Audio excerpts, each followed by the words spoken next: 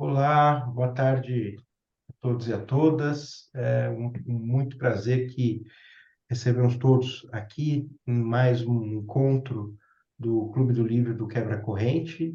Hoje teremos uma aula exclusiva com o professor César Mortari Barreira, né, que é autor do livro Teoria Monetária do Direito, Contribuição para a Crítica Marxista. E também vamos contar com a ilustre e honrosa presença do professor, jurista e amigo Vinícius Gomes Casalino, que cuidou gentilmente da elaboração do guia de leitura deste mês, que certamente vocês já receberam ou receberão, e que vai apoiar na compreensão aqui do livro do professor César. O professor César, ele é mestre em Direito Penal pela PUC de São Paulo, doutor em Teoria e Filosofia do Direito pela UERJ e diretor executivo do Instituto Roberto Bobbio. O professor Vinícius Gomes Casalino é professor do programa de pós-graduação da PUCamp, né? E também pós-doutor pela FEA da USP e a FEFELET da USP. E doutor e mestre em Direito pela Universidade de São Paulo. Muito obrigado, professor César, professor Vinícius, pela disponibilidade de vocês nesta oportunidade. E vamos começar aí, sem maiores delongas, a falar um pouquinho mais desse livro, que é o livro do mês do Quebra Corrente, e uma forma da gente receber as considerações iniciais e compreender inicialmente o livro. Eu vou passar a bola para o professor Vinícius, para ele falar um pouco da obra aí que ele teve. Bom, ele foi muito caridoso em poder fazer uma análise dela e escrever o nosso guia de leitura. Professor Vinícius, é com você. Obrigado, Marinho. Boa tarde a todas e todos que nos acompanham. Quem nos acompanhar pela internet no futuro, bom dia, boa tarde, boa noite. Eu queria, antes de mais nada, agradecer o convite formulado pelo companheiro César Mortari, com a aquiescência aí do professor Gustavo Marinho, né? Dizer que é uma honra estar aqui na apresentação do livro do César. Gostaria de aproveitar também para parabenizar a Contracorrente por essa publicação, que coloca a editora, acho que no contexto mais avançado que temos aí no Brasil, no que concerne aos debates sobre teoria marxista e crítica marxista do direito, né? Eu tive a oportunidade de participar da banca de doutorado do César, então eu conheço a obra dele já há algum tempo, né? Então, Aula aqui do livro dele. consegui consegui me aprofundar no estudo dele, e quando fiquei sabendo da publicação, fiquei imensamente Tive que feliz baixar aqui.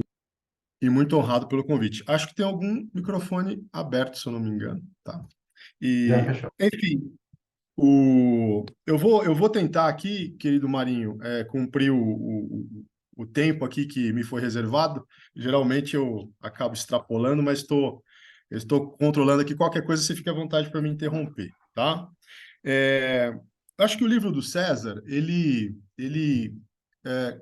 coloca uma exigência bastante grande para a crítica marxista do direito que tem se desenvolvido aqui no Brasil, né? Ele coloca, digamos assim, ele eleva o patamar das discussões, no sentido geral, né? E por que isso? Porque o livro dele traz ou introduz, no contexto dos debates, algumas questões que, pela inércia da tradição, acabaram ficando relegadas a segundo plano, né? Então, o César, de alguma maneira, ele atualiza esse debate e ele eleva esse debate a um plano superior de exigência intelectual, de exigência bibliográfica e de exigência de preparação teórica para o debate, né?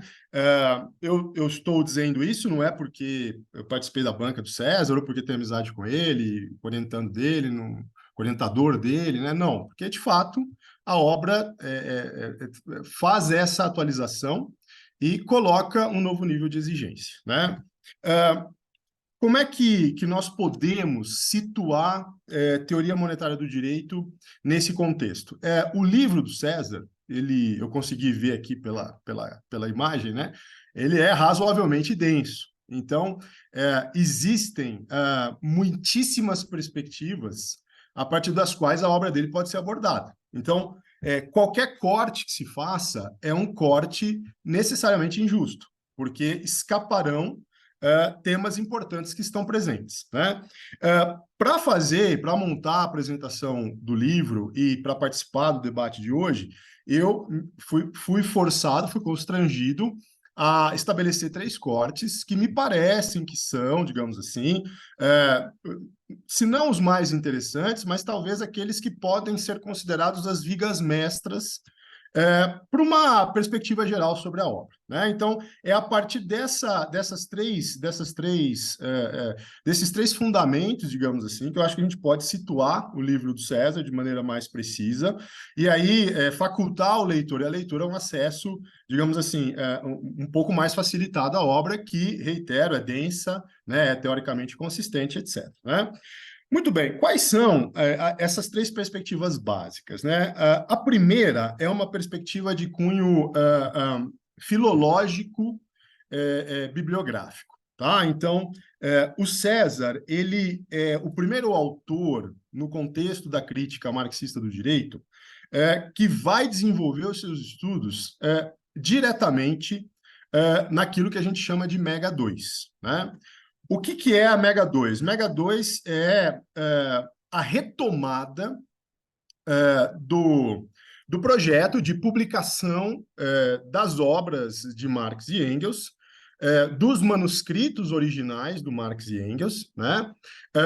Depois de quase um século de muita discussão e de muitas publicações, evidentemente, que muitas vezes não cumpriam critérios editoriais científicos, né? Então, eu vou tentar não me prolongar muito, mas é possível imaginar como era difícil você ter acesso ao pensamento do Marx e do Engels no contexto de Guerra Fria, né? Em que você tinha, de um lado, os Estados Unidos, de outro lado, a União Soviética, monopolizando, digamos assim, né, o acesso ao material e a interpretação das obras de Marx e Engels.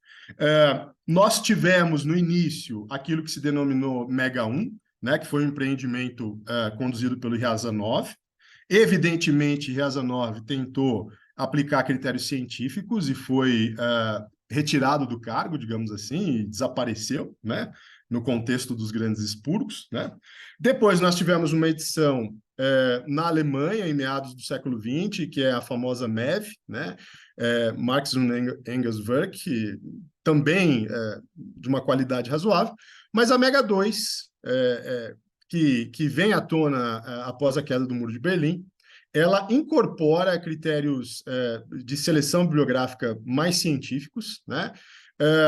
E esse projeto, digamos assim, esse empreendimento, ele nos traz algumas informações muito importantes e uma nova perspectiva de interpretação da obra do Marx e do Engels, né? Para sintetizar muito, nós descobrimos que a participação do Engels na montagem dos livros 2 e 3 do Capital, sobretudo o livro 3, foi muito mais consistente do que se imaginava. Então, hoje em dia, se tem muito claro que o Capital que foi produzido por Marx é o livro 1. O livro 2 e o livro 3, nós estamos em processo de reinterpretação da obra, né? Porque nós percebemos ali que o Engels talvez tenha sido, aqui eu digo entre aspas, tá? Uma espécie de coautor distante do livro. Então, o César, ele é o primeiro autor no Brasil, na tradição da crítica marxista do direito, primeiro, que se preocupa em estudar as obras no original alemão. Isso já é um avanço, assim, estupendo, né? Mas fala, Casalino, você é um daqueles que tem o fetiche pela língua original do autor? Não, pelo contrário, eu sou muito crítico quanto a isso. Mas quando você se dispõe a estudar seriamente, né, um determinado autor, convém que você o conheça na língua original. Isso a gente não pode negar. O César não só faz isso, como vai naquilo que há de mais atual e importante no começo do século XXI, que é o Ômega 2. Então, esse primeiro alicerce de teoria monetária do direito já o coloca num patamar diferente das outras obras que compõem o cenário. Esse primeiro elemento. Segundo elemento, o César é o primeiro autor, espero que não soe repetitivo, né, mas é o primeiro autor da nossa pequena tradição aqui, né, que vai na nova leitura de Marx. Na nova leitura de Marx, incorpora a nova leitura de Marx e traz essa tradição para o debate do direito à luz do pensamento do Pachucanes, não só ele, evidentemente, né? Como eu disse a vocês, a obra é bastante complexa, né? Mas, sobretudo à luz do pensamento do Pachucanes, o César traz a nova leitura de Marx. Casalino, o que é a nova leitura de Marx? Lá pela década de 1960, na Alemanha Ocidental, vocês conhecem ou não, sabem ou não, da existência da chamada Escola de Frankfurt, né, da teoria crítica. E dentro desse contexto, nós tínhamos lá um autor excepcional que se chama Theodor Adorno, né?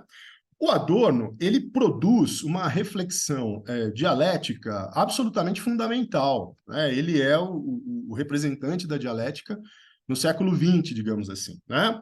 Mas o Adorno, ele não faz aquela leitura econômica stricto sensu ou hardcore, né? Ele faz uma leitura filosófica mais ampla, né? com diálogo sociológico, etc. E a economia política em Adorno fica no horizonte, né, das suas reflexões. Essa nova leitura de Marx, essa tradição que tem uma série de autores, né, que o César domina muitíssimo melhor do que eu, evidentemente, né? E pode falar disso muito melhor do que eu. A nova leitura de Marx, a partir desse espectro adorniano, digamos assim, né? Do paradigma adorniano de interpretação das obras de Marx, do pensamento de Marx e de Engels, a nova leitura de Marx, então, ela se debruça sobre questões econômicas, sociais e políticas, propondo uma nova interpretação, né? Uma interpretação que buscasse, por um lado, se desvincular daquele marxismo ortodoxo soviético, né? Que então predominava, digamos assim, no mainstream socialista, né? Por outro lado, a nova leitura ela não se deixa seduzir por outras correntes de pensamento que também faziam sucesso na época, como, por exemplo, o pensamento de Louis Althusser, né? A nova leitura, ela propõe uma nova interpretação do pensamento de Marx e Engels à luz dessa reflexão de Adorno. Por que ela é importante? Porque ela interpreta Marx dentro do contexto da dialética, dentro do contexto da tradição dialética, problematizando sensos comuns que haviam à época, quer sobre questões econômicas, quer sobre questões políticas, etc. E ela consegue produzir alguns avanços bastante interessantes. Só para citar um exemplo, a maneira como se compreende ou se passa a compreender o conceito de Estado, a função que o Estado cumpre dentro do organismo econômico, né, que está muito além daquela leitura superficial do Estado como um representante da classe burguesa, etc, etc, etc. Bom, por que essa tradição é importante e por que é importantíssimo o fato do César trazer ela para o Brasil? Porque a crítica marxista do direito no Brasil foi recepcionada à luz do pensamento de um grande filósofo de origem francesa, que é Louis Althusser, né? Hoje em dia, atualmente, predomina no campo da crítica marxista do direito um pensamento que interpreta, por exemplo, Pachucanes à luz do Althusser, né? É claro que Althusser é um gênio, a sua obra é genial, né? Quem já teve contato com as reflexões desse autor sabe que ele traz uma série de desafios para o marxismo, né? Mas todos nós sabemos que o Althusser se distancia da tradição dialética de pensamento e faz a crítica dessa tradição dialética. Bom, a partir do momento que nós temos no Brasil um contexto de reflexão que se aproxima do Althusser, evidentemente também é um contexto de reflexão que se distancia do pensamento dialético. Qual é o problema? Basicamente Marx era dialético, né? Marx era discípulo de Hegel, dialético.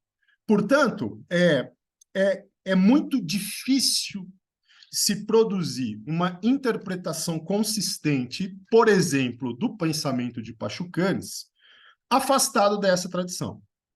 Pode-se fazer? Pode-se. Se faz isso? Se faz, mas se perde muito. Porque se perde, digamos assim, o elemento fundamental que está por trás, não só de Pachucanes, mas de outros autores também, como Stuttgart, por exemplo, né?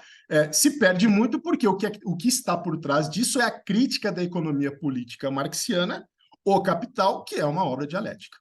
Então, na medida em que o César incorpora a nova leitura, ele nos convida a nos desafiarmos, né? Nos desafiarmos nesses lugares comuns em que a crítica marxista do direito no Brasil se estabeleceu aí há pelo menos já alguns bons anos, aí não vou falar quantos anos para não denunciar a minha idade nem a do Marinho, né, Marinho? E, finalmente, para não me alongar muito aqui, acho que o último ponto fundamental é a maneira como o César, então, produz o embate com o Pachucanes, né? Estou falando Pachucanes, evidentemente existem outros autores da corrente marxista, tá? Stuttgart, por exemplo. Então, por que Pachucanes? Porque Pachucanes é o que tem predominado. E, de fato, pelo menos na minha modesta opinião, é o autor que melhor traduziu a inspiração marxiana no campo do direito, né? Então, o César, ele faz uma aproximação que é muito interessante, porque reconhece os méritos de Pachucanes e da teoria geral do direito e marxismo, ao mesmo tempo em que coloca os limites, ou pelo menos assinala as limitações da teoria desse grande autor, né? É claro que toda obra sucinta, e a obra do Pachucanes é uma obra sucinta, quem já teve a oportunidade de conferir, é um ensaio, ele mesmo diz lá, né, o meu livrinho, né, é um ensaio. Toda obra sucinta é uma obra que, pelo caráter de síntese, desperta um sem número de questões. Mas o César, ele teceu ali, ele conseguiu puxar o fio da meada, um fio da meada que acompanha toda a obra do Pachucanes, e o César conseguiu problematizar esse ponto, né? E que ponto é esse, Casalino?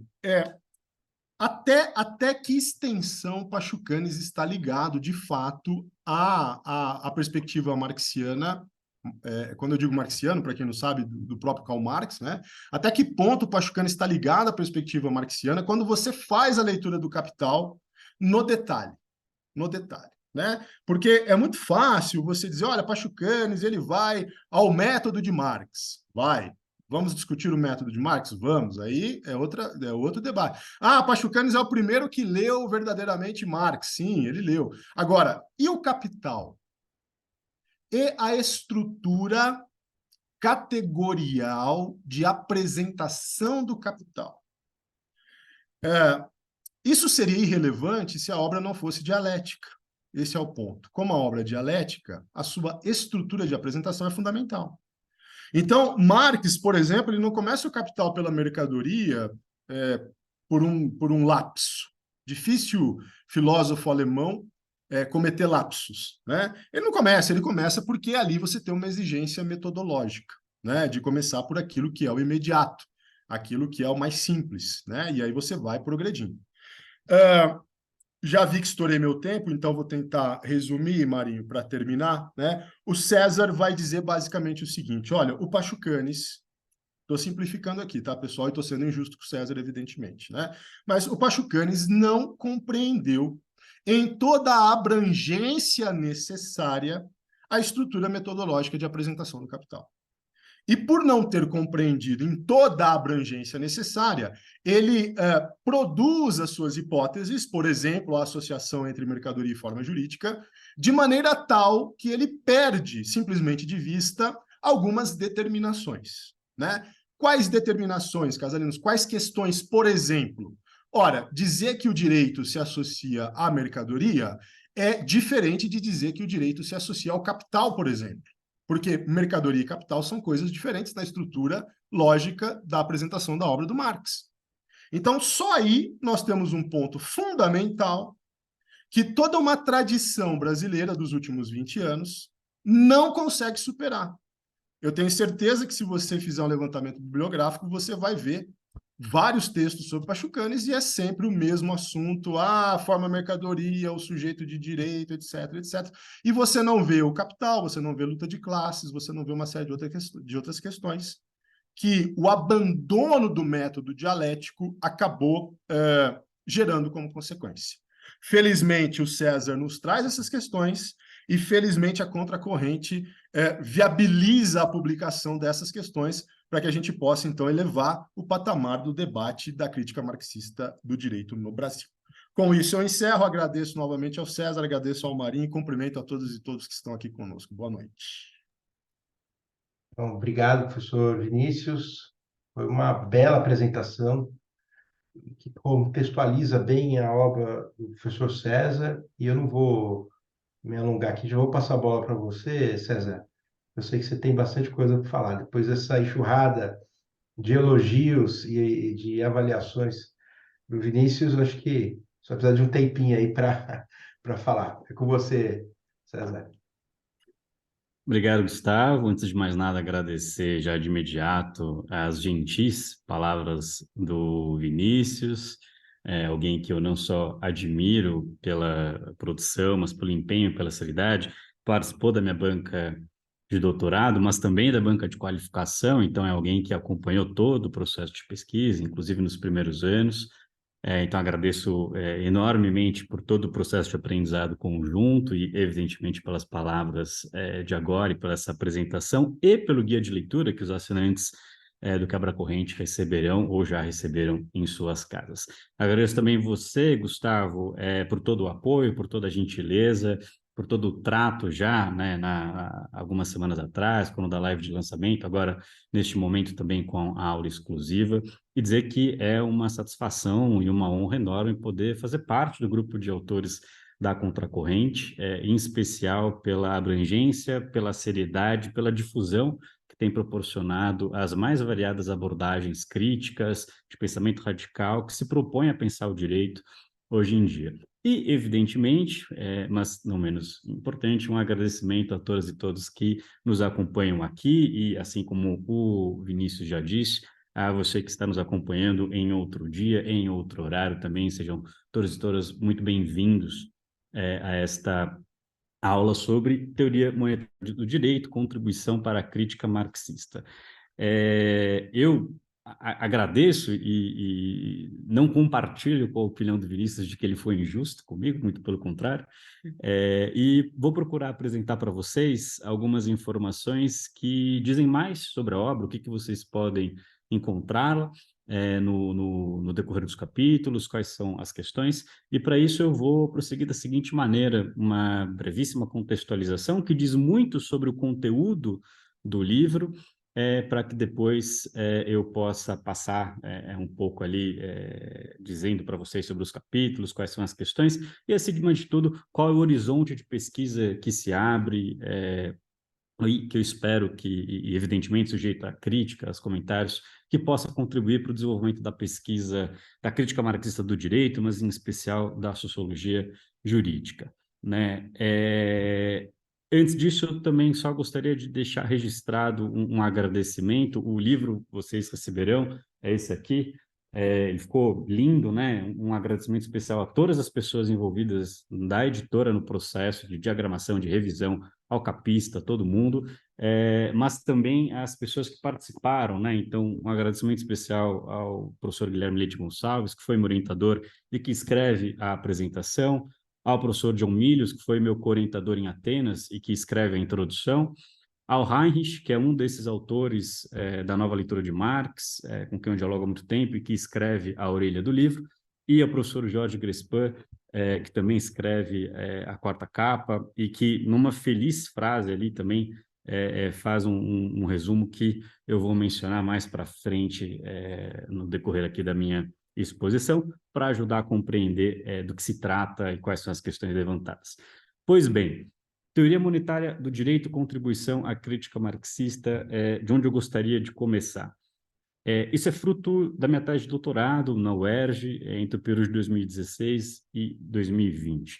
E acho que, de imediato, é importante colocar qual era o contexto de discussão que alimentou os estudos e que alimentou o debate que, ao final, foi aqui apresentado como um livro para vocês, que era justamente a discussão sobre qual a relação entre crítica do direito e financiarização da economia.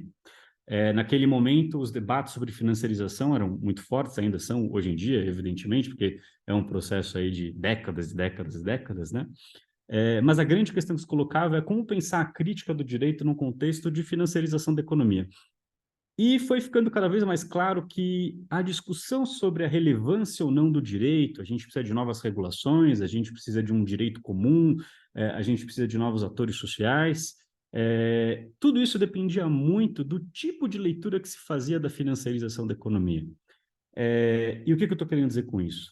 Começava a ficar claro que, a depender da chave de leitura a partir da qual a financiarização era incorporada, ou seja, uma crítica muitas vezes personalista, focada na atuação dos rentistas, essa crítica pessoal levava, consequentemente, a uma posição do direito que se apresentava como uma espécie de freio à dominação pessoal das pessoas gananciosas, ou mais ou menos os discursos do contra o 1% que domina o mundo.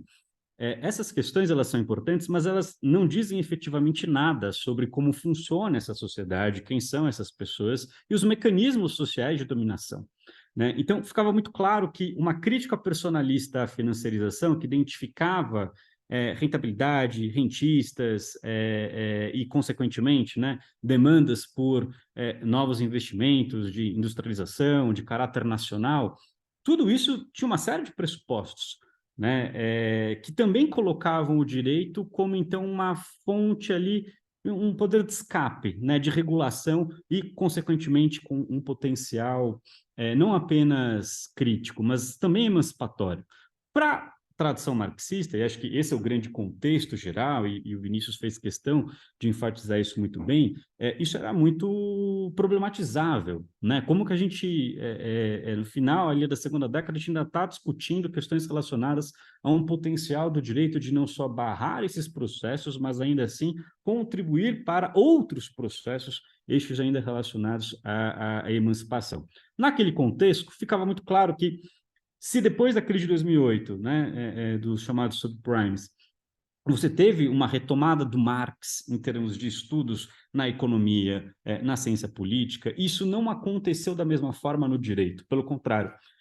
Parecia que o direito ainda continuava refém de um arcabouço, de uma espécie de compreensão do campo jurídico que foi construído ao longo da década de 60, 70, 80 e 90. Naquilo que a gente chama de processo de neoliberalização, né, do neoliberalismo, ele foi ocorrendo concomitantemente ao posicionamento do direito como sendo a instância fundamental de resolução de conflitos, né? Se o neoliberalismo implicou arroxos salariais, demissões em massa, afronta ao poder dos sindicatos, afronta a direitos sociais, trabalhistas, ele também significou o deslocamento, né, do campo social. A política passa a ser totalmente rebaixada, né, enquanto esfera de organização, e o direito passa a aparecer como, se não uma das principais, a principal instância, não apenas de resolução de conflitos, mas de apostas, né, num mundo melhor. Né? Então, assim como você teve na ciência política discussões sobre as promessas não cumpridas da democracia, Bobbio, você também teve uma grande enxurrada de expectativas jurídicas de emancipação, né? Então, nesse caldo aí da década de 70, 80 e 90, a gente construiu uma série de abordagens normativas, idealistas, do direito, evidentemente, num processo muito mais complexo daquilo que eu estou apresentando aqui, mas que nos ajudam a compreender o porquê que, mesmo diante da crise subprime de 2008, para não mencionar toda a crise sanitária, política, social, de saúde pública da Covid, né? Mesmo assim, nesse contexto, o direito ainda consegue ter a força para se apresentar não apenas como uma instância de reparação, mas como uma instância alternativa. Esse era o desafio inicial dos estudos das leituras, tá? E o que restava, então, nesse contexto? Como o próprio Vinícius colocou, né? Dentro de uma abordagem marxista, o que ficava, e o que ficava era de muita qualidade, eram geralmente abordagens pautadas no Pachucanes. Também outros autores, como o próprio Vinícius coloca, mas o Pachucanes acaba virando um porto seguro ali e uma espécie de um recurso necessário para fazer frente, né, a essa retomada de um idealismo que não só se mantinha, como se alastrava cada vez mais. Pois bem, nesse processo todo de questionamento, esse, digamos, é o problema geral a partir do qual nasce, né, as primeiras indagações, o processo de pesquisa da obra. Nesse processo, aí que entram dois caminhos paralelos e depois se juntam naquilo que o Vinícius já antecipou aí sobre uma reconsideração do Pachucanes. O que eu estou querendo dizer com isso? Pois bem, se Marx estava de volta e se seria interessante discutir essa retomada do Marx para o direito, do que se tratava efetivamente? Que Marx que estava de volta? O que a gente estava entendendo por isso? E foi aí que, diante de uma delimitação, de um recorte do objeto, qual seja a literatura alemã, em especial a Mega 2, como o Vinícius já colocou, e a nova leitura de Marx, eu comecei a pesquisa sobre, então, o que significava falar sobre Marx hoje. E, para minha surpresa, na época, a grande...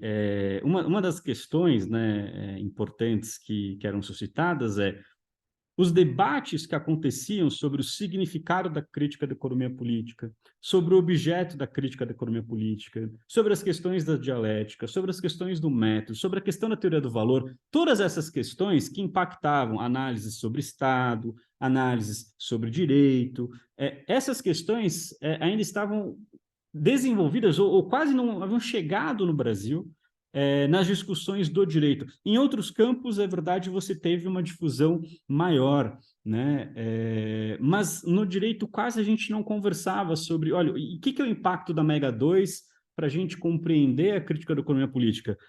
O que significa a nova leitura de Marx? Né? Quais são seus problemas? Quais são seus avanços? E o que elas trazem, né, para a crítica marxista do direito? E aí, nesse contexto, foi o principal ali para eu conseguir entrar em algumas das discussões mais importantes, e eu faço questão de mencionar pelo menos duas que são bastante relevantes. A primeira é que essa retomada dos estudos do Marx, diante de todo esse contexto que o Vinícius já apresentou para vocês, ela levou à crítica da tese de que a obra do Marx, e o Capital em especial, poderia ser compreendida como uma obra completa, como uma obra certa, sem problemas, ou, para utilizar a expressão que é repetida inúmeras vezes no livro, as ambivalências do Marx. Essa retomada dos textos originais do Marx, e mais do que isso, a Mega publica textos inéditos que até então uma série de pessoas não tiveram acesso. O próprio Pachucanes. O próprio Pachucanes não teve acesso a inúmeros textos, livros, rascunhos fundamentais, e muita gente não terá acesso porque a Mega está prevendo terminar a publicação aí dos textos do Marx e do Engels, se não tiver nenhum problema de financiamento, quem sabe lá para 2040, ou 2045. Então, é pesquisa para a vida toda, né? Agora, isso, claro, traz a necessidade da gente, então, questionar e perguntar, em termos de avanço científico mesmo, o que a gente pode fazer com esse novo material.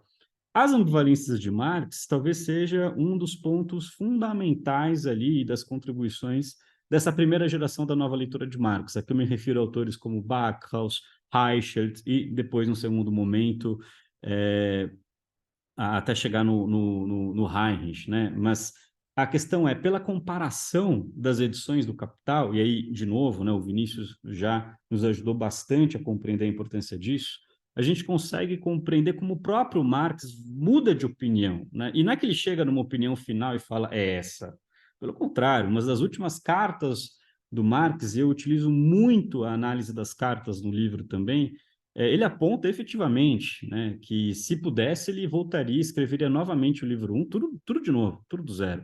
Por quê? Porque o Marx era, acima de tudo, uma pessoa comprometida com a pesquisa e com a indagação sobre como, né, apresentar aos seus leitores, mas para ele mesmo, aquilo que ele estava vivenciando. E a gente não pode esquecer, né? Hoje todos nós nascemos e morremos num modo de produção já alastrado globalmente, né? É claro que existem contradições, é claro que existem uma série de paradoxos, né, perceptíveis e que ensejam reflexão crítica, etc.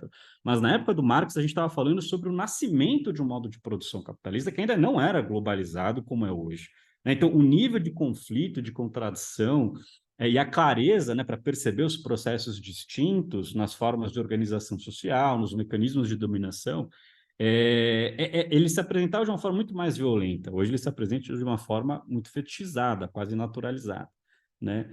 Mas isso tudo gerava no Marx uma série de dúvidas, né? E esses autores conseguem, por meio da pesquisa proporcionada pela Mega, discutir, olha, mas tá bom, e valor, olha como muda aqui o conceito, forma-valor, olha como ele apresenta de uma forma diferente na primeira edição, muda na segunda edição, aí num fichamento ele fala que voltaria, mas aí acabou falecendo e a gente não tem resposta, né? Dentre tantas outras. Isso também ficou muito claro naquilo que o Vinícius também já apresentou, e com isso vocês percebem a grandiosidade, né, e o apreço crítico daquilo que o Vinícius trouxe para vocês, no que diz respeito ao livro 3. Né? O livro 3, na verdade, foi, entre aspas, escrito, ou era um fichamento, era uma série de notas, antes do livro 1. Né? Então, às vezes a gente fala livro 1, livro 2, livro 3, e dá a impressão de que o livro 3 do Capital foi escrito posteriormente ao livro 1. Não. O livro 1 é de 1867, o livro 3 são rascunhos de 1864, 65, alguns de 1863. Então, quando a gente tem esse material rico para analisar, uma série de questões surgem sobre, será que esses conceitos se mantêm? Para um spoiler, como diz hoje em dia, o próprio conceito de mais-valia, o Marx reavalia nos seus fichamentos, né, e retoma e se pergunta, olha, como que isso muda no livro 3? Né? Forma-valor, como eu já disse, também uma série de alterações. Tudo isso para dizer o quê? A partir, então, desse momento, o que surge são várias agendas de pesquisa, múltiplas, né, sobre como pensar essas novas contribuições à luz dos textos do Marx, da nova leitura de Marx e de outras abordagens. Tem uma corrente chamada Open Marxism, também muito importante, e ainda muito pouco estudada aqui, como elas podem contribuir para uma série de abordagens. Né? Claro que todo esse movimento teve as suas especificidades, o Vinícius já mencionou a fundamental importância do Adorno, hoje em dia, como que isso se reverbera em pesquisas relacionadas à forma-valor, ou mesmo pesquisas empíricas, mas fato é que essas leituras contribuíram para a sucessão de agendas de pesquisa. E a minha tarefa, aquilo que eu apresento no livro tudo bem, vamos então trazer isso para o direito, né? E vamos pensar o direito. E aí, eu mencionei alguns minutos atrás sobre uma frase aqui do Grespin, que eu faço questão de ler, porque ela capta algo que eu procurei apresentar no livro, que é uma ideia da sucessão dos capítulos, né? Cito: como num tecido de Penélope, a cada capítulo do livro, o autor desfaz as certezas que havia alcançado e que correspondem a momentos específicos do debate marxista. Por que isso? Porque, a partir de toda essa pesquisa, qual que é a sequência do livro que você terá em mãos e dos livros que vocês depois poderão adquirir? O primeiro capítulo é justamente destinado a uma retomada dos debates sobre financiarização da economia e quais são as representações jurídicas subjacentes a eles. Então, quando a gente pensa a crítica à financiarização como uma crítica personalista, onde isso nos leva? né? O que a gente ganha com isso e o que a gente perde com isso. Ao mesmo tempo, eu ofereço uma retomada do debate sobre o imperialismo, que é muito parecido com os debates atuais sobre financiarização da economia. Então, o primeiro capítulo apresenta isso. E o primeiro capítulo dá a sugestão de que, olha, o que está faltando é uma interpretação correta aqui da forma de socialização do capitalismo a partir do Marx. Pois bem, o segundo capítulo apresenta justamente, então, o que seria a crítica da economia política? Qual que é o seu objeto?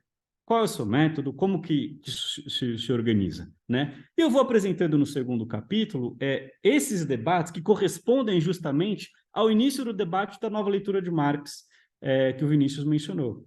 Só que, para chegar à conclusão, reversa daquilo que aparece como uma hipótese no primeiro capítulo. Ao final do segundo capítulo, o que a gente tem é justamente a percepção de que buscar uma resposta única e satisfatória para, a partir do estudo da teoria do valor, diagnosticar o significado da financiarização e o impacto disso no direito, não vai ser tão fácil, porque você tem respostas paradoxais, porque você tem, aparentemente, contradições. Pois bem, essa temática é desenvolvida no terceiro capítulo, que justamente vai abordar as ambivalências do Marx, às quais eu me referi há um pouco tempo atrás. Justamente para falar o quê? Tá vendo? Não é apenas uma questão de paradoxo. O que a gente tem aqui, de fato, e quando falo ambivalências, não é evidentemente no sentido pejorativo. Todo avanço científico, toda ruptura de um campo epistemológico leva a ambivalências, justamente porque é um processo vivo. Né? O Marx está ali escrevendo sobre essas questões, está se deparando com uma tradição liberal clássica da economia política, adere a ela em alguns momentos, em outros rompe com essa tradição clássica, apresenta novos conceitos ou novas categorias, aprofunda, mas depois volta, retoma. Então, é nesse contexto em que o terceiro capítulo apresenta, quando a gente fala então sobre teoria do valor, que a gente está falando sobre isso? Quais são os pressupostos? Olha como eles se desenvolvem aqui, olha como eles depois aparecem de outra forma ali, em especial teoria do valor e da forma valor, né? Nós temos várias abordagens sobre isso. No campo marxista, mas mesmo quando em diálogo com outras áreas, a teoria do valor ou da forma valor, ela meio que cumpre um papel de super trunfo nos debates, né? Quando você não sabe muito bem como lidar, você joga ali a questão da forma do valor e espera que ela resolva tudo e que isso sirva de argumento de autoridade para desbancar o argumento contrário. Ora, o que a análise filológica e da nova leitura de Marx permite perceber é exatamente o contrário, né? Nós temos pelo menos 6 versões da teoria do valor, todas elas diferentes, todas elas com méritos próprios e todas elas com deficiências também. Então, a gente tem a primeira, lá na primeira edição do Capital, tem uma segunda no anexo à primeira edição do Capital. A segunda edição do Capital, ela é alterada a forma valor, né? E aí você tem exclusões importantes. Na terceira e quarta edição, que são, na verdade, edições feitas pelo Engels, isso muda. Na edição francesa, que foi revisada pelo próprio Marx, também tem alterações, né? Então, mostra que a gente está diante de um desafio maior, né? Não basta simplesmente olhar para a teoria do valor como uma espécie de porto seguro para conseguir compreender a financiarização da economia e aí sim, né, por meio de discussões de capital portador de juros, etc., chegar nas discussões do direito. Pois bem, mencionei a questão do capital portador de juros de forma proposital, por quê? É a partir dessas discussões, né, das ambivalências de Marx apresentadas no terceiro capítulo, que o quarto capítulo avança para retomar a questão da financiarização e falar, bom, vamos olhar então para a financiarização à luz dessas questões da teoria do valor e seus múltiplos significados e da nova leitura de Marx e ver como que a gente pode, a partir dessa problematização, compreender diversas manifestações, e esse é um conceito importante, da reprodução sociojurídica. O que eu estou querendo dizer com isso? Quando a gente olha para a teoria do capital, né, e para suas várias manifestações, como mercadoria, como dinheiro em circulação, como crédito, todas essas manifestações monetárias implicam representações jurídicas distintas, né? Para utilizar exemplos concretos, quando eu vou no supermercado e compro uma garrafa de água, essa compra por si só apresenta uma série de pressupostos, mas também de representações jurídicas. né? Eu pressuponho que eu estou comprando isso tão somente para satisfazer a minha vontade de beber água. Tem uma questão de liberdade, de livre-arbítrio, de vontade aí. Eu pressuponho que o valor que estava lá, o preço que aparecia na garrafa, corresponde ao valor que sai do meu cartão de débito na hora. Tem uma lógica de igualdade, de equivalência por trás, né? Eu pressuponho que eu só pude comprar isso por conta do meu trabalho e do salário que eu recebo por conta do meu trabalho. Então, eu tenho uma série de leis sociais operando por trás das aquisições mais simples, né? Tudo isso gera também representações jurídicas sobre liberdade, sobre igualdade, sobre autonomia. Quando eu pego um dinheiro emprestado no banco, a mesma coisa acontece, né? Uma série de representações ocorre. Por isso que logo no começo e ao longo do livro todo é destacada essa noção de reprodução sociojurídica, que é basicamente pensar como surgem representações jurídicas, né? Quando a gente olha para a lógica do capital e para o desenvolvimento da crítica da economia política, é possível observar em cada um de seus estratos, em cada um de seus níveis de abstrações, representações jurídicas distintas, né? É possível a gente pensar toda a complexidade do pensamento justnaturalista à luz da troca de mercadorias. É possível a gente chegar também nas discussões sobre positivismo jurídico. É possível a gente chegar nas discussões sobre autonomia e autorreferencialidade do direito, tal como colocado pela sociologia lumaniana. Então, a ideia é justamente pensar como o próprio circuito do capital permite a gente compreender manifestações da reprodução sociojurídica e, consequentemente, as suas representações, um modo de representação, para utilizar o termo que o Grespan utiliza em sua livro Docência.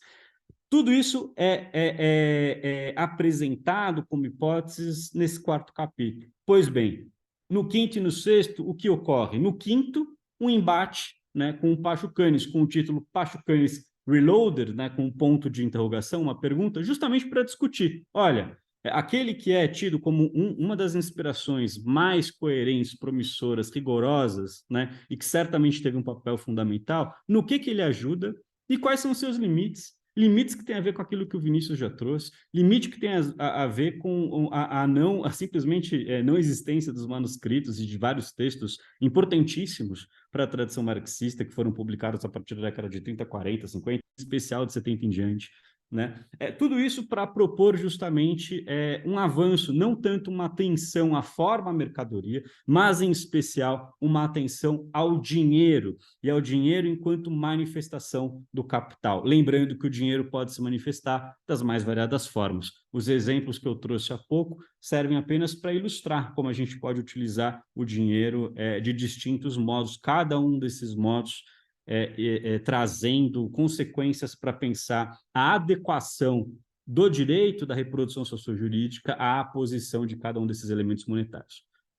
Feita essa discussão, né, e aí no quinto capítulo retomo os principais argumentos do Pachucanes, discuto até que ponto eles conseguem dialogar com as contribuições da nova leitura de Marx, dos textos que foram publicados apenas muito recentemente. O sexto capítulo finaliza a parte da pesquisa justamente apresentando esses sentidos da legalidade, né? Se a gente tivesse que retomar os debates clássicos do positivismo jurídico, né? O direito é tão somente aquilo que vem do Estado, o direito é tão somente aquilo que aparece na sociedade, o direito é tão somente aquilo que aparece na moral. Tem um pouco de tudo, né? E o ponto para discutir um pouco de tudo não por conta da importância da moral do justnaturalismo, mas por conta do circuito do capital. Então, o sexto capítulo é uma tentativa de mostrar como, se a gente aceita o convite para percorrer o fragmentado, inacabado e ambivalente percurso da exposição das categorias que levam à compreensão do capital, se a gente aceita esse convite, a gente também ganha uma série de insights, uma série de elementos para compreender a própria variabilidade do direito, sua adequação, seus conceitos distintos, as próprias autodescrições, né, as próprias semânticas internas de legitimação do direito em momentos diferentes e que justamente se relacionam com momentos em que ora impera um período monetário de troca de mercadorias, ora impera um período cômodo de neoliberalização, financeiro, né? Tudo isso vem acompanhado das mais variadas representações jurídicas. Por isso mesmo que as considerações finais, e com isso eu também já vou encaminhando aqui as últimas palavras dessa exposição, é um convite para o desenvolvimento de um projeto de pesquisa, né? O subtítulo Contribuição para a Crítica Marxista é justamente nesse sentido. Como autor, aquilo que mais me interessa nesse livro é contribuir para o alargamento do horizonte de pesquisa da crítica marxista do direito. Eu acho que, e fico muito feliz em saber e ouvir isso do Vinícius, que o livro abre uma série de contribuições e questões possíveis para serem pensadas, e não tenho vergonha, isso não é um problema em hipótese alguma. Para mim, esse é o ponto, né? É conseguir realmente fazer desse amálgama entre direito e dinheiro e suas várias manifestações, nesse tortuoso caminho de apresentação das categorias marxianas, algo que possa também efetivamente contribuir para a gente avançar na compreensão da reprodução sociojurídica, como ela vai se adequando, se mudando, né? Um conceito muito importante que aparece é o de plasticidade do direito, mas à luz das próprias manifestações do capital, né? Em especial, evidentemente, as manifestações monetárias. É uma contribuição que tem um nível de abstração alto, ela opera naquilo que hoje chama-se de médio ideal do capitalismo, o que significa que ela também precisa ser objeto de críticas e contribuições, não só para incorporar outros níveis de abstração, mas para que a gente possa efetivamente contribuir para o avanço dessa disciplina e claro, né, compreender não só o direito em termos de estrutura objetiva, de socialização, mas também nós, né, que todos nós também estamos aí não apenas, né, no interior do sistema jurídico, mas somos atravessados por essas estruturas de dominação. O direito certamente é uma delas. De tal modo que eu agradeço muito a atenção de vocês, eram essas questões que eu gostaria de destacar, que acredito, e pelo menos essa é a minha expectativa, possam contribuir para uma compreensão introdutória da obra e, evidentemente, eu fico à disposição para dúvidas, críticas, comentários e o que mais vocês julgarem pertinente. Muito obrigado. Muito legal. Muito obrigado, professor César, pela sua densa explicação, ainda que você considerou introdutória o seu livro, mas que já revela, assim como o professor Vinícius já destacou, né, na sua fala, a complexidade e a qualidade do estudo desenvolvido. E aí, em benefício do nosso tempo, eu vou fazer mais uma rodada, vou passar a bola para o Vinícius novamente, para que ele possa fazer pequenas e rápidas considerações finais, palavras finais do que ele entender, e depois eu já fecho com você, tá, César? Vinícius, contigo. Muito bem, eu queria só reiterar novamente como é bem-vinda a obra do César, a reflexão que ele nos traz, né? Ele num esforço que foi bastante que logrou êxito, ele conseguiu resumir bem as ideias do livro dele, mas eu garanto ao leitor e à leitora que nada substitui, né, a leitura efetiva da obra, porque aparece ali um sem número de questões, né? Só um pequeno exemplo. Então, numa nota de rodapé, o César vai problematizar a questão da figura do sujeito de direito em Pachucantes. Que já, só aí você já tem um continente, né? Então, só para dar um exemplo da série de questões que aparecem no livro e que, evidentemente, não tem como você trazer para uma aula introdutória, né? Então, parabenizar o César novamente e parabenizar também a Contracorrente, que eu acho que coloca aí, dá uma contribuição fundamental, né, para o nosso campo de debate com essa obra. Então, parabéns, Marinho, parabéns, César, e é isso. E espero aí que a gente possa nos encontrar em próximos lançamentos aí, debatendo ainda mais essas questões que são fascinantes, né? É isso. Obrigado a todas e todos pelo convite. Obrigado, viu, Vinícius? Obrigado por toda a sua atenção, carinho sempre com a editora, suas palavras amigas. Você é um amigo da Contracorrente, todos lá do campo, Lucas, a quem eu já deixo aqui registrado o meu abraço, meu amigo de graduação. César, a bola está com você, para você fechar aí com chave de ouro. Ah, imagina, obrigado, Gustavo. Eu nunca sei se eu te chamo de Gustavo ou de Marinho, mas eu vou chamar Gustavo Marinho, pronto. Se eu Tanto faz. É, eu não acho que as minhas considerações é apenas agradecer a oportunidade. Acho que aquilo que a gente sempre mais busca é o diálogo, é poder garantir não apenas a difusão, mas que isso possa ser interessante, útil, crítico, seja porque gostamos, seja porque não gostamos, mas de todo modo, em todas as circunstâncias, certamente o pensamento científico avança. Então, poder participar desse evento com as pessoas que estão aqui agora, com as pessoas que estarão em outro momento, e com vocês foi não apenas uma satisfação, mas um momento de aprendizado, um privilégio enorme, uma satisfação enorme poder estar com vocês. Eu deixo uma vez mais registrado o meu agradecimento ao Vinícius, né, que é alguém que eu não apenas admiro, mas quem sabe possa aí seguir os trilhos de sucesso, né, da abordagem não apenas crítica, mas também como um professor, né, alguém preocupado com como passar isso para as pessoas, isso é muito importante. E também a você, Gustavo, Marinho ou Gustavo, por todo o apoio, por toda a sensibilidade, por toda a preocupação em fazer desse momento algo importante para as pessoas, mas para todos nós também que estamos envolvidos nas obras. Acho que com isso a gente também não pode deixar passar batido a importância desse trato, né, que é um trato que caracteriza muito a editora Contracorrente e que eu parabenizo pela seriedade, pelo profissionalismo e pela forma como lida com não só com os autores, mas com as pessoas, com o público. É uma satisfação enorme e eu fico à disposição de vocês para aquilo que for necessário. Pode ter certeza, viu, César? E a honra é toda nossa, né? A gente que agradece sempre ter a oportunidade de publicar obras de grande qualidade.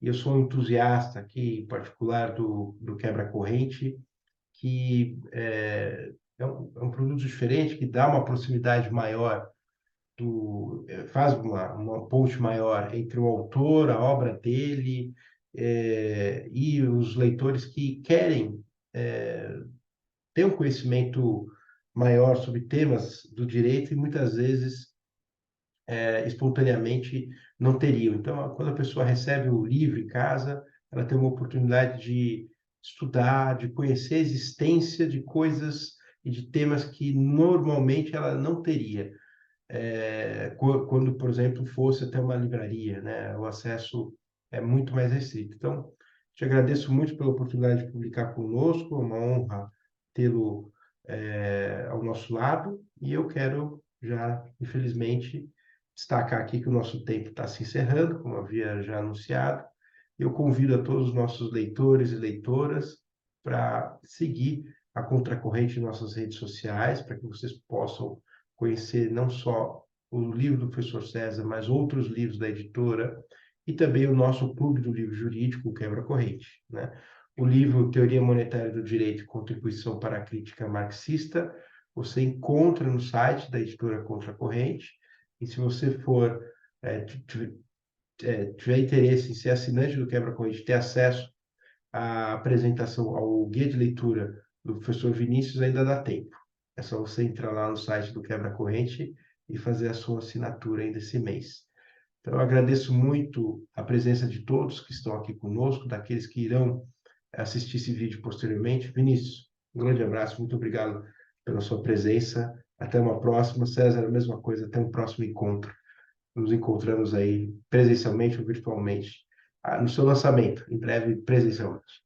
Até mais. Tchau, tchau.